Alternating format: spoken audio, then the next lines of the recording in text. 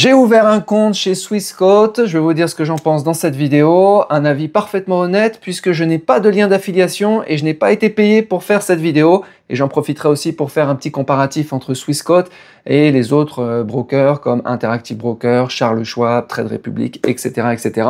Une vidéo qui va vous intéresser si vous recherchez un courtier pour construire votre portefeuille actions, ETF, obligations, mais aussi si vous recherchez une banque en ligne en dehors de l'Union européenne.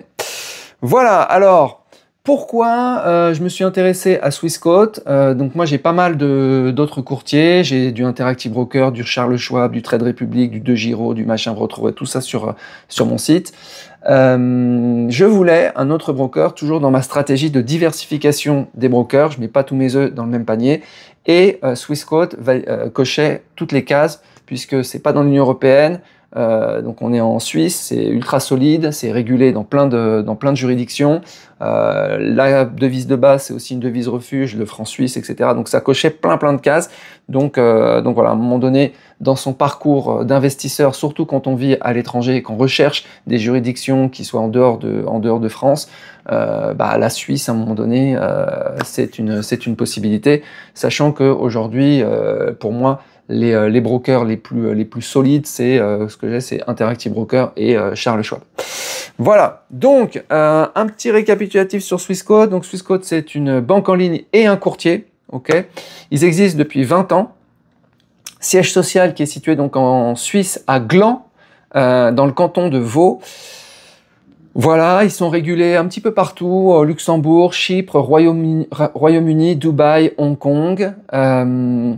Les principaux problèmes rencontrés, c'est des frais. Il y a des frais qui sont importants en général dans toutes les banques suisses et tous les courtiers en Suisse. Voilà, ça coûte cher, je le savais. Pour vous donner un ordre d'idée, sur les actions US, quand on passe un ordre sur les actions américaines, on est à 0,1% du montant avec un minimum de 14,95 €. La différence avec un Charles Schwab qui est à moins de 1 € ou un Interactive Broker à moins de 1 €. Donc voilà, mais je le savais. Donc voilà, je peux pas avoir non plus que des brokers qui sont pas chers, donc voilà.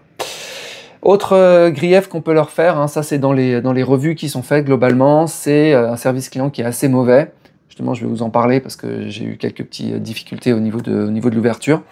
L'ouverture du compte qui est longue, avec des délais d'attente de plusieurs jours, voire de plusieurs semaines, voire dans mon cas de plusieurs mois. Voilà. La plateforme qui est jugée fiable mais avec assez peu de fonctionnalités par rapport à leurs concurrents. Donc ça c'est les défauts que les gens trouvent à Swissquote. Voilà, alors comment ça s'est passé pour moi? Donc j'ai joué la transparence totale, j'ai pas prétendu que j'étais en France ou dans l'UE, etc. Parce que je sais qu'on peut ouvrir des comptes depuis l'étranger. Donc moi, je vous donne ma situation, je suis de nationalité française et uniquement française. Je n'ai pas de double nationalité ou autre. Et je suis résident en Thaïlande et résident fiscal en Thaïlande. Et je suis dans une situation où je peux me permettre en fait d'être totalement transparent avec Swissquote, puisque j'ai absolument tous les documents de tout. C'est-à-dire que je suis enregistré partout, j'ai mon numéro fiscal ici, j'ai mes preuves d'adresse, je suis propriétaire, vraiment j'ai tous les documents en long, en large et en travers. Je suis administrativement et fiscalement immaculé. Voilà, donc je me dis, il n'y a pas de problème, surtout que je leur ai posé la question, sachant que je suis résident à l'étranger, est-ce que ça pose un problème d'ouvrir un compte chez vous? Ils m'ont dit, il n'y a aucun souci. Voilà. Donc je vais sur leur site pour ouvrir le compte. Alors là déjà je comprends rien parce qu'il y a plusieurs, quand on est de l'étranger, je pense qu'ils redirigent vers d'autres sites, etc. Donc comme ils ont plein de trucs, le Forex, le CFD, machin, tout ça, ça m'intéresse absolument pas. Moi ce que je veux c'est juste un compte pour acheter des actions, des ETF et des obligations s'ils en ont. Éventuellement s'ils ont la banque en ligne, donc ça pourrait être quelque chose de plus intéressant aussi pour pouvoir parquer un petit peu d'argent là-bas. Mais c'est tout, vraiment il n'y a rien d'autre qui m'intéresse. Donc le site complètement buggé, Forex, machin, n'importe quoi. Bon, j'arrive à retrouver sur le bon site, je valide, j'arrive avec un écran blanc, enfin un truc complètement buggé. Donc je leur envoie les captures d'écran, je dis le truc est foireux, voilà. Traiter mon dossier, il doit être perdu dans des catacombes bureaucratiques, machin, ils ont dû recevoir. Ils m'ont dit Donc voilà, donc ça commence assez mal. Alors aujourd'hui, ça commence assez mal. Ils reviennent vers moi au bout de 10 jours, quand même, dizaine de jours, donc c'est quand même assez long. Ah oui, non, ils ne reviennent pas vers moi. Donc j'envoie le message, deuxième message, aucune réponse. Au bout de 10 jours, je renvoie un petit message et je mets « Ne vous pressez pas trop ». Mais là, déjà à ce stade, je sens que ça part très très mal. C'est-à-dire, je sens que ça va pas le faire du tout. Donc genre, ne vous pressez pas trop. Et là, j'apprécie énormément parce qu'ils m'appellent. Ils me passent un coup de fil. Ils ont vu que j'étais de nationalité française. Et ils me passent un coup de fil en français, avec voilà, suisse-français, avec l'accent suisse. Et elle me parle en français et elle me dit « Désolé, voilà, plus plate d'excuses, le truc c'est complètement perdu, machin.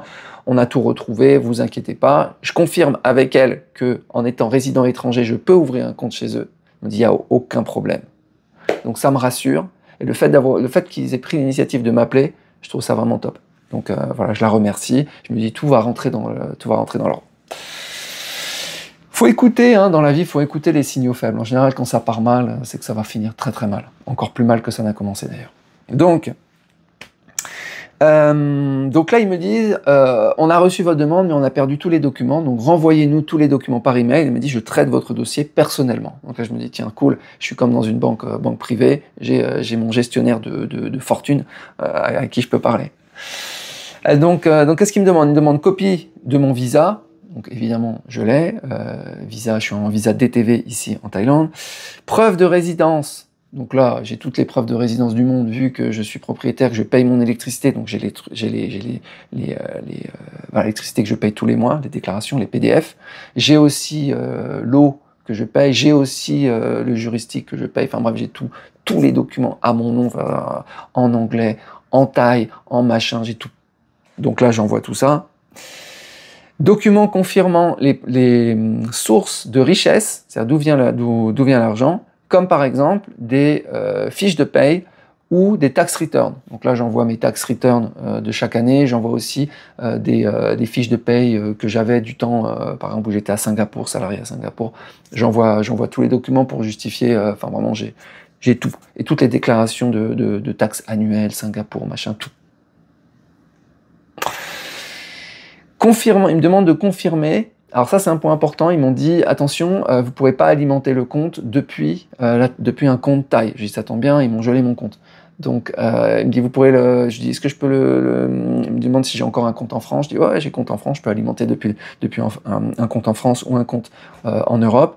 Ou bien, je lui demande, est-ce que je peux alimenter aussi depuis un compte à Singapour. Elle me dit, il n'y a aucun problème aussi avec Singapour, vous pourrez alimenter. Donc, j'envoie les détails de ces comptes qui vont alimenter le compte Swissquote quand il sera créé, s'il est créé un jour. Voilà, donc là je m'attends à ce que ce soit fait. Aucune réponse pendant 10 jours, 15 jours même. Ils me répondent, j'envoie un petit message, ils me répondent, on va traiter dans les plus brefs délais, 15 jours plus tard. Aucune réponse de rien. J'envoie un petit message, prenez votre temps. Et ben c'est tout. L'histoire se termine ici.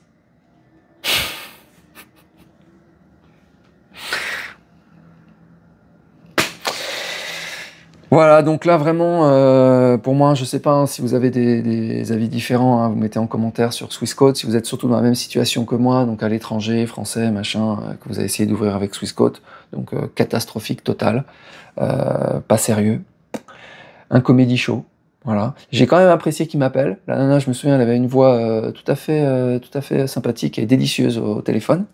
Petit accent suisse et tout, c'est le seul bon moment que j'aurais eu en fait dans ces heures. J'ai dû passer quand même 4-5 heures, tu vois, sur cette ouverture de compte, pour rien, à la fin. Enfin, en tout cas, aujourd'hui, il n'y a rien. Je pense pas que ma situation soit vraiment exceptionnelle, hein. Je veux dire, je suis juste un Français qui vit à l'étranger et qui veut ouvrir un compte là-bas pour acheter des actions américaines, des ETF américains. Je veux dire, il y a rien de, j'ai tous les documents de tout. Donc, je veux dire, à un moment donné, tu peux pas faire plus blanc que blanc, quoi. C'est pas possible. Donc voilà. Voilà, alors je sais pas pourquoi c'est passé comme ça, je sais pas pourquoi ils me pourrissent l'existence comme ça, je sais pas pourquoi c'est si difficile que ça aujourd'hui d'ouvrir des comptes, c'est si difficile que ça de maintenir des comptes, de pas se faire geler ses comptes, de machin, je sais pas ce qui se passe là en ce moment dans le monde. Donc tout ça, ça dirige vers quoi? Bah, ça dirige vers le Bitcoin.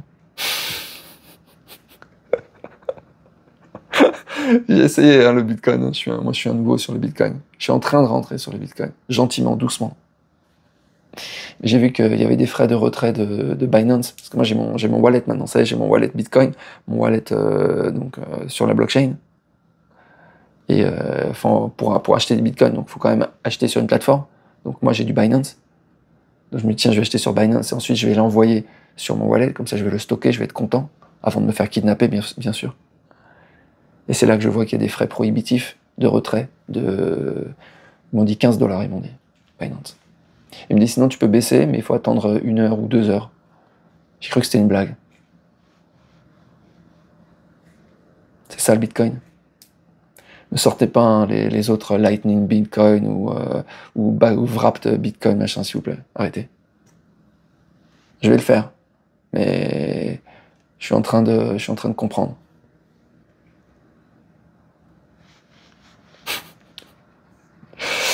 Voilà, donc je suis un peu désespéré, les amis. Honnêtement, je suis vraiment déçu. En demandant autour de moi, c'est vrai qu'il y a eu quand même des grosses déceptions au niveau des banques suisses.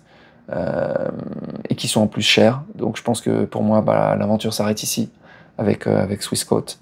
Et voilà, si Swissquote, vous voyez ce message, essayez de débloquer mon compte quand même. Voilà. Je pense qu'il y a moyen de regagner la confiance. Okay, il va falloir du temps quand même, parce que là c'est difficile. Ce que vous m'avez fait vivre, c'est difficile quand même. Vous devez comprendre aussi que moi, j'ai perdu 5 heures de mon temps à essayer d'ouvrir un compte. Et je veux dire, à un moment donné, ces 5 heures, elles vont devoir être remboursées. Donc pour moi, mon tarif, c'est 100 € de l'heure. Donc pour moi, déjà, vous avez une dette de 5 fois 100, vous avez une dette de 500 € envers moi. Donc créditez mon compte. Si jamais vous réussissez à ouvrir mon compte, créditez-le directement comme cadeau de bienvenue de 500 €. Le client appréciera. Voilà les amis, bah écoutez, je vous souhaite une très bonne journée et je vous dis à bientôt. Ciao.